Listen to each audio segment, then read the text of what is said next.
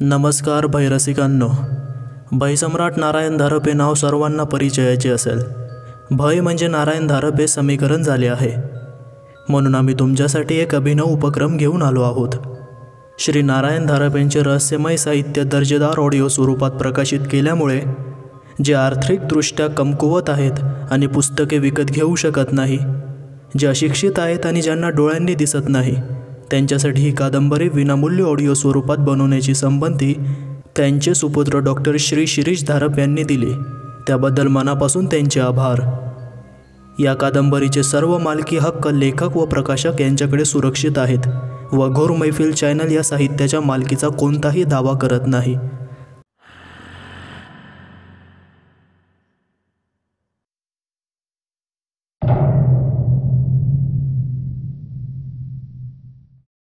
सकुबाई संध्याकाळी 5च्या सुमारास रडत रडत परत आली. किसाबाई मरण पावली होती. रामदास जणू काही त्या वाक्यासाठीच थांबला होता. तो उठला व बॅग हातात घेत जयदेवला म्हणाला, जय, चल. जयदेव त्याला कुठे जायचं हेही विचारायच्या भानगडीत पडला नाही. ते दोघं गणपत सोनाराच्या घरी आले. तिथंही रडारड माजली होती. गणपतनं डॉक्टरांना बोलवून आणलं होतं. किसाबाईच्या मृत्यूदेहाशेजारी शेजारी पाजारणींचा गराडा पडला होता. त्या धाय मोकलून रडत होत्या. तिकडे विमनस्कपणे पाहत डॉक्टर लहानशा खिडकीपाशी हातांची छातीशी घडी करून उभे होते. रामदास त्यांच्याजवळ जाऊन उभा राहिला. माझं नाव डॉक्टर रामदास जैन. रामदास हलकेच म्हणाला, माझा मित्र जयदेव व्यास, याची आपली गाठ पडलीच आहे. त्याच्याकडे मी काल आलो आहे. डॉक्टरांनी नुसतीच मान हलवली. त्याच्याच वाड्यात जाधव म्हणून असाच कोणीतरी दगावला आणि तो म्हणतो की या किसाबाईचा मुलगा रघुही असाच खंगत खंगत पाहता पाहता गेला. आणि आता या किसाबाई. डॉक्टर, या एवढ्याच केसेस तुमच्याकडे आल्या की गावात आणखीही कोणी असे आजारी पडले होते? 4-5 तर मी स्वतःच तपासले. आणखी 5-6 घरचे लोक औषधं घेऊन गेले. कोणाला थकवा वाटतो आहे, कोणाला उठता येत नाही, कोणाच्या अन्नावर बिलकुल वासना नाही. तुम्हाला हे जरा चमत्कारिक वाटत नाही? कशा अर्थानं म्हणता? एकाच आठवड्यात एकाच तक्रारीनं इतके जण आजारी पडतात, हा विलक्षण योगायोग नाही का? तुम्हाला हे एखाद्या साथीच्या लागणीसारखं वाटत नाही? पण कसलं इन्फेक्शन असू शकेल? एखादी ल्युकेमियाची नवी व्हायरस किंवा हेपिटायटिसची एखादी जबरदस्त साथ? हे पिवळं पडणं, भूक नसणं, शक्तिपात, तुम्ही काही तपासणी केलीत? डॉक्टर जैन, मी लहान गावातला जीपी. मी ते समजू शकतो. माझ्या मते अजूनही वेळ गेलेली नाही, फार उशीर झालेला नाही. या किसाबाईपासून आपण सुरुवात करू शकतो. त्यांच्या शवाला एवढ्यात अग्नी देऊ नये. उद्या सकाळपर्यंत थांबावं. तासातासानं त्यांच्या रक्ताचे टिश्यूची सॅम्पल्स घ्यावेत. पण मला हे शक्य नाही. इतर कितीतरी व्हिजिट्स व्हायच्या आहेत. आम्ही तुमच्या मदतीला आहोत ना, आमच्यावर सोपवा. आम्ही सांगितलं तर हे कोणी ऐकणार नाहीत, पण तुमचा शब्द मोडण्याची त्यांची हिंमत नाही. ठीक आहे. डॉक्टर पुढं आले आणि त्यांनी घसा साफ केला. त्यांची सूचना खोलीतल्या कोणासच पसंत पडली नाही. जराशी हुज्जत घातल्यावर शेवटी डॉक्टर म्हणाले, हे डॉक्टर जैन इथं खास तपासणीसाठी आले आहेत. गावातले गेल्या आठवड्यातले 5 ते 6 मृत्यू संशयास्पद आहेत. आपल्या गावात सरकारी हॉस्पिटल असतं तर तिथंच किसाबाईंचा देह ठेवला असता. आता इथंच ठेवण्यावाचून गत्यंतर नाही. डॉक्टर जैन इथं रात्रभर थांबणार आहेत. उद्या सकाळी मी सर्टिफिकेट देईन आणि मग तुम्ही तुमचे सर्व विधी करू शकतात. कुरकुरत वाद घालत शेवटी मंडळी एकामागून एक घराबाहेर पडली. सर्वजण शेजारच्या घरात रात्रभर थांबणार होते. शेवटी त्या लहानशा खोलीत रामदास व जयदेव दोघंच राहिले आणि जमिनीवरच्या पांढऱ्या वस्त्रातला अवगुंठित किसाबाईंचा मृत्यूदेह. कोपऱ्यात चिमणी जळत होती. दिवसाचा प्रकाश होता तोवर चिमणीची ज्योत म्हणजे एक पिवळा ठिपका होता. पण बाहेरचा प्रकाश कमी कमी होऊ लागला. तसं तसं त्या ज्योतीत आयुष्य यायला लागलं. दिवस संपत होता. रात्र येत होती. दिवस मानवाचा होता, सूर्याचा होता, पवित्र होता. रात्र ती कुणाची होती?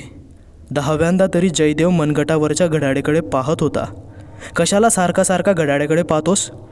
रामदास बोलताच त्यानं हात झट्ट दिशी खाली घेतला. घड्याळाकडे टक लावून पाहिल्यानं काही काटे जोरात फिरणार नाहीत की वेळ लवकर जाणार नाही. आपला चाळा होता रे. जय, मी समजू शकतो रे, तुला काही दोष देत नाही. आणि दुसरं एक, जरी तुझ्या कल्पनेत काही तथ्य असलं तरी हे लोचाई अगदी सूर्यास्ताच्या क्षणीच थोडेच उठायला लागणार आहेत. तसा प्रकाश काही अगदी गेलेला नसतो. 6:10 झाली होती. ते होते तिथून सूर्याच्या उन्हाची एक तिरीपही दिसत नव्हती. पण कदाचित झाडांच्या शेंड्यांवर, इमारतींच्या वरच्या छपरांवर त्याची पिवळट नारंगी किरणं पडतही असतील. अजून दिवस होता. रामदासनं किसाबाईच्या अंगावरचा पांढरा कपडा उचलला. जी गोष्ट जाधवच्या बाबतीत दिसली होती तीच इथंही दिसली. किसाबाईचा चेहरा रसरशीत लालबुंद दिसत होता. मानेवर गळ्यापाशी काहीही खुणा नव्हत्या. शरीरात मृत्यूनंतरच्या रिगॉरची काहीही लक्षणं दिसत नव्हती. त्वचा थंड मऊसर होती. डोळे मिटलेले होते. पण वाटत होतं ही झोपलेलीच आहे. केव्हाही डोळे उघडील. कपाळावर मळवट भरलेलं होतं. केस मोकळे होते. चेहऱ्याच्या दोन्ही बाजूंनी ती खाली घोंगडीवर आले होते. रामदासनं कपडा परत तिच्या सर्वांगावर पसरला. रामदास, जयदेवचा आवाज आपोआपच खाली आला होता. हां, तुला काही जाणवतंय का? पण रामदासला बोलायची आवश्यकताच पडली नाही.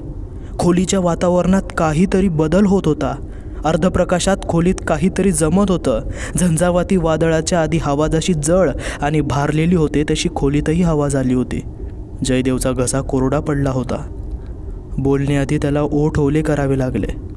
आजोबांनी लहानपणी रुद्राध्याय घोकून घोकून घेतला होता. इतक्या वर्षानंतर तो आता ते आठवायचा प्रयत्न करीत होता. आणि नवलाची गोष्ट.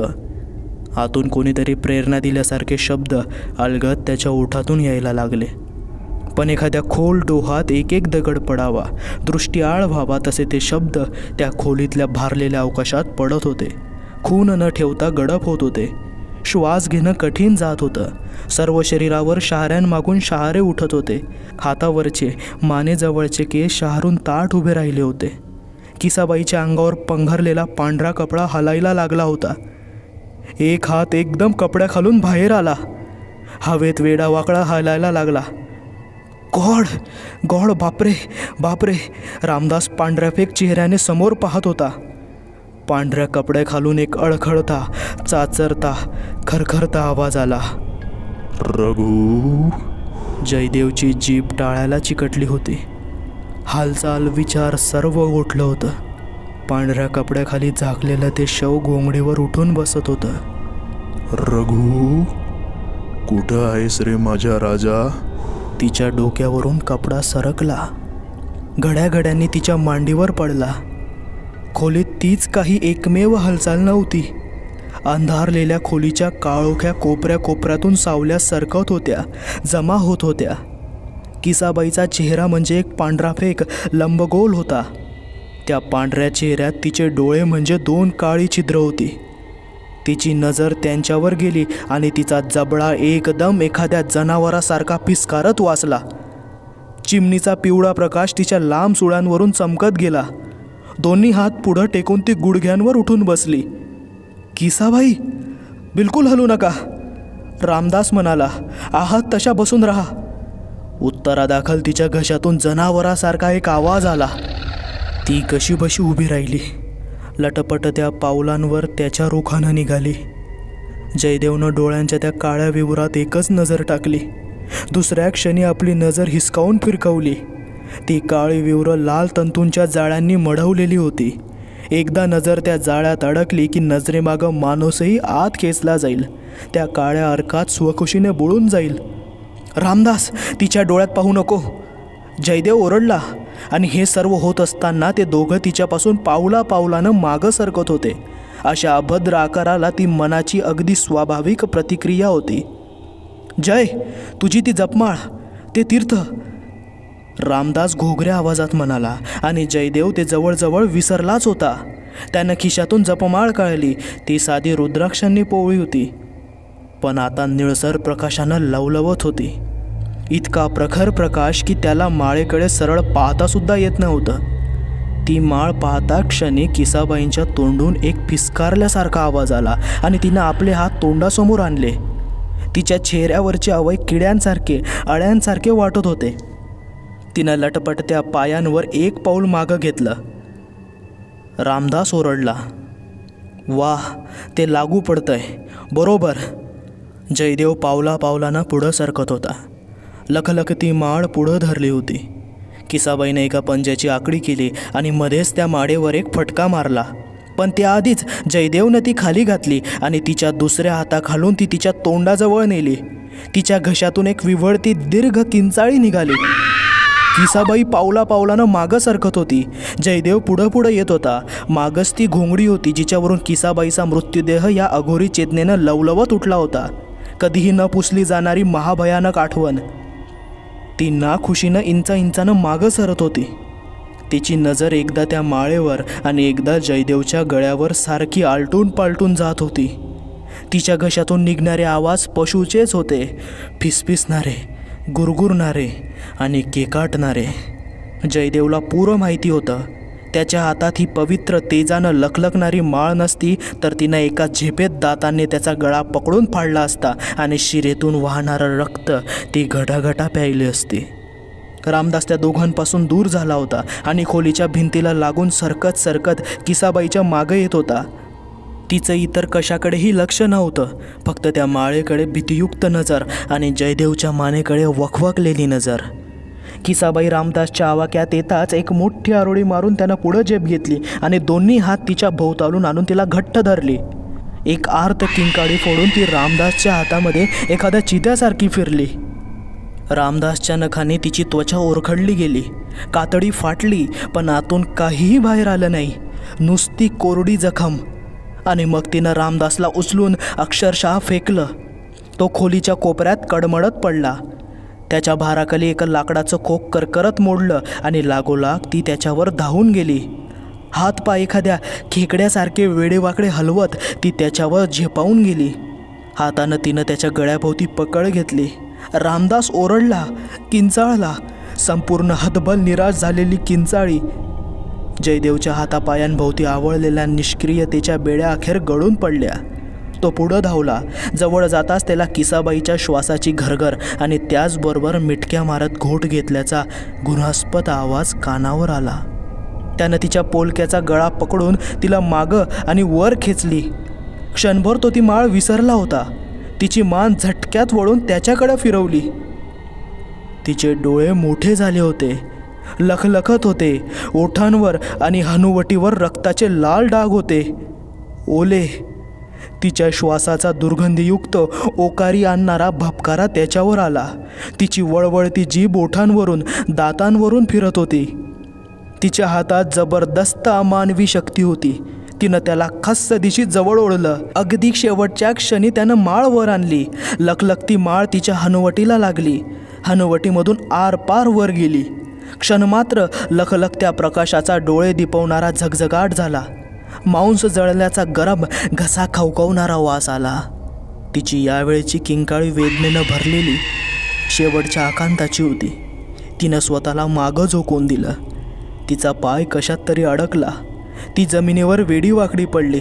दुसऱ्या क्षणी ती एखाद्या रानटी पशुसारखी झेप घ्यायला सिद्ध झाली. डोळ्यात विलक्षण वेदना होती, पण ती राक्षसी भूकही होती. तिच्या हनुवटीचा खालचा भाग होरपळला होता, काळा पडला होता. ती मान हलवत होती, त्याच्याकडे सुडाच्या अंगाराच्या डोळ्यांनी पाहत होती, घशात गुरगुरत होती. आता ये की ग रांडे, सटवे ये की, जयदेव धापा टाकत म्हणाला.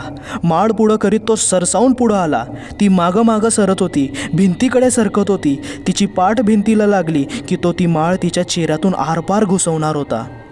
पण तिची पाठ भिंतीला लागताच तिच्या तोंडूत खदखदण्याचा, चेकाळण्याचा चमत्कारिक आवाज निघाला. पत्र्यावरून खिळा ओढावा तसा. एवढ्यानं काय होतंय? ती त्याच तार स्वरात म्हणाले. एवढ्यानं काय होतंय? आज ना उद्या तुम्ही माझ्या हाती लागणारच. त्याच्या डोळ्यांसमोर पाहता पाहता तिचं शरीर चिंचोळं आणि धुसर झालं. एक क्षणभर त्याला वाटलं ती अजूनही भिंतीला पाठ लावून तोंड वेंगाळून आपल्याकडे पाहत हसत आहे. दुसऱ्या क्षणी तिथं भिंत होती. ती धुरासारखी भिंतीतून आरपार गेली होती आणि मागं खोलीत रामदास किंचाळत होता. जयदेव मागं वळला. रामदास कसाबसा उभा राहिला होता. त्याचे दोन्ही हात मानेपाशी होते. हातांची बोटं लाल, ओली, चकचकती होती. रक्त ती मला ढसली. देवा देवा, ती मला लुचली. तो विव्हळला. जयदेव जवळ यायला लागताच त्याला रामदासनं एका हातानं दूर ढकललं. त्याचे डोळे गरगर फिरत होते. मला हात नको लावूस, स्पर्श करू नकोस. मी अपवित्र आहे, डागाळलेला आहे. रामदास, माझी बॅग इकडे दे. गॉड, देवा, मला ते जाणवत आहे. तिचं ते विष शरीरात भिनताना जाणवत आहे. अरे माझी बॅग दे ना इकडं. तो किंचाळलाच. बॅग कोपऱ्यात होती. रामदासनं जयदेवच्या हातातली बॅग हिसकावून घेतली. ती खास दिशी उघडली. त्याचा चेहरा पांढरा फटक पडला होता. घामानं डवरला होता. त्याच्या मानेला झालेल्या जखमेतून रक्ताचा उगळ वाहतच होता. रामदास खाली बसला. बॅगमधलं सामान त्यानं घाईघाईने उलथपालथं केलं. उघड्या तोंडातून त्याचा श्वास धापांनी येत होता. मला डसत होती, चावत होती. तो पुटपुटत होता. तिचं ते तोंड, देवा देवा, तिचं ते घाणेरडं गलिच्छ सडकं तोंड. बॅगमधून त्यानं जंतुनाशकाची बाटली काढली. बाटलीचं टोपण भराभर फिरवून फेकून दिलं आणि मागं वाकून मान वर करीत बाटलीतल्या द्रवाची सरळ धारच त्या जखमेवर धरली. द्रव त्याच्या मानेवरून, कपड्यांवरून खाली उगळत होतं. त्याबरोबर रक्तही वाहून जात होतं. जखमेला तीव्र जंतुनाशकाचा स्पर्श होताच जडजडीत वेदना झाली. रामदास एकदाच ओरडला, मग पुन्हा ओरडला. मग त्यानं दातांखाली ओठ दाबून धरला. बाटलीची धार मात्र एवढीही हलली नाही. रामदास, मी काही. जरा थांब, जरा थांब, रामदास म्हणाला. मला वाटतंय की याचा थोडा गुण येतोय. जरा थांब जय. रामदासनं बाटली फेकून दिली. जखम आता स्वच्छ झाली होती. जयदेवला दिसलं की शेजारी शेजारी असे 2 व्रण होते. एक जरा वेडा वाकडा. रामदासनं इंजेक्शनची सुई आणि बल्ब काढला होता. सुईवरचं प्लास्टिक टरकवून काढत त्यानं सुई बल्बच्या रबरी झाकणातून आत खुपसली. त्याचे दोन्ही हात इतके कापत होते की त्याला गुडघ्यावर आधारासाठी ते ठेवावे लागले. सिरिंज पुरी भरल्यावरती त्यानं जयदेवच्या हातात दिले. ॲटोटिटॅनस, तो म्हणाला. मला इंजेक्शन दे जय. त्यानं डावा हात वर करून वळवला. काख उघडी गेली. बोटानं जागा दाखवली. रामदास, एवढं सर्व? अरे शॉक नाही का यायचा? नाही शॉक नाही यायचा. दे रे लवकर. हातात सिरिंज घेऊन जयदेवनं एकदाच रामदासकडे पाहिलं. रामदासनं जोरजोरानं मान हलवताच त्यानं सुई आत खुपसली आणि प्लंजर आत रेटला. रामदासचं सर्व शरीर एखाद्या पोलादी कांबीसारखं ताठ झालं. सर्व शरीरावरच्या शिरा आणि स्नायू तट्ट फुगले होते. तो म्हणजे वेदनेचा मूर्तिमंत पुतळाच वाटत होता. पण सेकंदानं त्याचं शरीर सैल सैल पडत होतं. सर्व शरीर खालपासून वरपर्यंत जोरानं शहारलं. रामदासच्या मानेवर घाम होता. गालांवर अश्रू होते. जय, ती माळ आण, ती गळ्याला लाव. माझ्यात त्या हडळीचा काही अंश शिल्लक असला तर नक्कीच काहीतरी होईल. जयदेव काहीच बोलला नाही. खाली पडलेली माळ उचलून त्याने ती रामदासच्या मानेवर ठेवली. काहीही झालं नाही. काही मिनिटांपूर्वी ज्या एका तेजानं ती माळ लखलखताना दिसत होती त्या तेजाचा आता मागमूसही नव्हता. तो लखलखाट हा एक भासच होता की एक अघोरी शक्ती आता त्या लहानशा खोलीतून निघून गेली होती. ओ गॉड, थँक गॉड, रामदास सुटकेचा निश्वास सोडत म्हणाला. जय, तुला कल्पना नाही त्या विषाची. मगाशी तू तिच्यावर धावून जात होतास तेव्हा मागून तुझ्यावर हल्ला करावासा वाटत होता मला. तुझ्यावर गळ्या शपथ आणि तुझ्या हातातल्या त्या माळेकडे पाहिलं की आतून ओकारी येत असं वाटत होतं. रामदासनं पुन्हा बॅगमधलं सामान खालीवर केलं आणि गोळ्यांची पट्टी काढली. त्यातल्या 2 गोळ्या दाढेखाली सोडल्या. पेन किलर, तो म्हणाला. मग त्यानं गॉज, बँडेज, कात्री काढून जयदेव जवळ दिली. डेज करायला जयदेव पुढं वाकला तेव्हा त्याला दिसलं की व्रणाभोवतालची त्वचा निळी काळी पडली होती. जखमेला बँडेजचा स्पर्श होताच रामदास दचकला. जयदेव गॉज बांधत होता. रामदास बोलत होता. जय, मगाशी 1-2 मिनटं मला तर वाटलं होतं मला वेळच लागणार आहे. ती सटवी मला चावत होती. माझं रक्त लुचत होती. आणि जय, मला ते आवडत होतं. मी अगदी खुशीत होतो. सर्व शरीर कसं उद्दीपित झालं होतं. जय जय तू इथं नसतास तर तिला खेचून काढली नसतीस तर मी तिला मनसोक्त लुचून दिलं असतं, अगदी माझ्या शरीराचं चिपाळ होईस्तवर. पुरे रे रामदास, तसं नाही. पहा ना, तो जाधव, ही किसाबाई, हे सर्वजण असेच बळी पडले आहेत. कोणी त्याला प्रतिकारच करू शकत नाही. ते एखाद्या जळवेसारखे रक्त शोषत असतात. काय भयंकर प्रकार. बॅग आवरता रामदास म्हणाला, जय, किसाबाईचं शव बेपत्ता झालं आहे. आपण दोघंच इथं आहोत. लोकांचा विश्वास बसेल अशी काहीतरी हकीकत बनवून सांगितली पाहिजे. त्यानं जरा वेळ विचार केला व मग तो एकदम म्हणाला, नाही तर जय, आपण असं करू. पहाटेच्या सुमारास मी आपल्या दोघांना गुंगीचं इंजेक्शन देईन. मग ते सकाळी खोलीत येतील तेव्हा आपण दोघं बेहोश पडलेले आहोत आणि किसाबाईचा मृतदेह नाहीसा झाला आहे असं त्यांना दिसेल. त्यांना जो काही निष्कर्ष काढायचा असेल तो काढू देत. आपण एवढंच सांगू की खोलीत बसलेलो असताना आपल्याला दोघांना एकदम जबरदस्त गुंगी आली आणि त्या लोकांनी जाग आणेपर्यंत आपण बेशुद्धीतच होतो. त्यावेळी रात्रीचे 9 वाजले होते. पहाटेपर्यंत दोघांना आलटून पालटून पहारा करावा लागला.